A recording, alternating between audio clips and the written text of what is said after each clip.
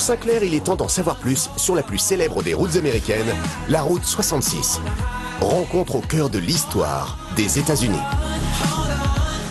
Alors j'ai rendez-vous avec Dave, un grand historien de Chicago et un spécialiste de la route 66, parce qu'il faut savoir que la route 66, c'est un truc emblématique des États-Unis. Hey Dave! Salut Sinclair, comment tu vas? Super, en pleine forme. Est-ce que tu peux m'expliquer pourquoi on a rendez-vous ici? On a rendez-vous ici parce que regarde, c'est la route 66. Elle commence ici, la route 66? On a le panneau, ça commence ici. Les gens viennent du monde entier pour voir ça et ils commencent leur voyage de la route 66, ici même à Chicago. Si tous les touristes viennent ici pour photographier le début de la route 66, Dave en exclusivité mène Sinclair à l'endroit exact où commence cette route mythique. Et en partant de Chicago, tu mets combien de temps à faire la route 66? 4 à 6 semaines pour rencontrer des gens et faire toutes les choses incontournables sur le trajet. 6 semaines. Et est-ce que la route 66 c'est la première route des États-Unis? Ce n'était pas la première, mais c'était la plus populaire. Ça permettait aux gens d'aller là où tout le monde voulait aller, de Chicago à Los Angeles, en passant par le Grand Canyon. C'était les destinations les plus prisées.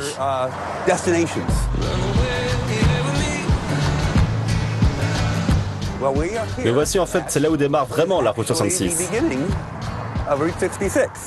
C'est marqué nulle part. Donc, c'est l'endroit secret. C'est ça. C'est d'ici qu'on partait en 1926 pour aller de Chicago à Los Angeles. Est-ce que tu peux m'expliquer pourquoi ça s'appelle la route 66? C'est difficile à décrire comme ça. Je vais essayer de te l'expliquer simplement.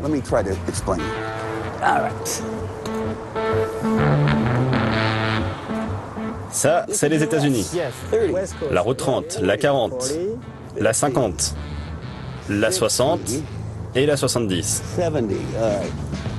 Au début, tu as la 60 qui allait de Los Angeles à Chicago. La 50 va sur la côte. La 70 va aussi sur la côte. La 60 va par là. Ici, il y a le Kentucky. Le gouverneur du Kentucky était énervé. Il voulait que la 60 passe par le Kentucky pour aller jusqu'à la côte. Il a dit « Je m'oppose à la construction de toutes ces routes si la 60 ne passe pas par le Kentucky ».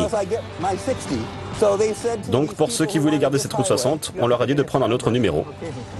La 66 était toujours disponible, le Kentucky avait le 60, alors ils se sont dit « Prenons la 66 ». Qui a financé tout ça? Qui a mis de l'argent dans ces routes? Ici, dans l'Illinois, c'est principalement Al Capone qui a tout financé. C'était dans les années 20. Le gars est partout, quoi. On avait la prohibition ici, tu sais, dans les États. On ne pouvait pas vendre ni fabriquer d'alcool légalement. Alors ceux qui étaient dans le business ont dû trouver un moyen rapide pour sortir l'alcool de la ville. Et Al Capone était un bon ami du gouverneur de l'État, et donc la première route qui a été payée et qui a rendu les transports plus fluides était la première partie de la route 66 qui reliait tous les business d'Al Capone. C'est comme ça que ça a fonctionné. Donc, vous pouvez lui dire merci, en fait. Merci Al Capone. Thank you, Al Capone. On peut lever un verre à la santé d'Al Capone. Merci Dave.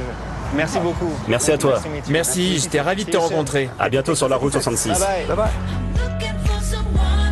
Après ce petit point d'histoire sur la route 66 avec Sinclair,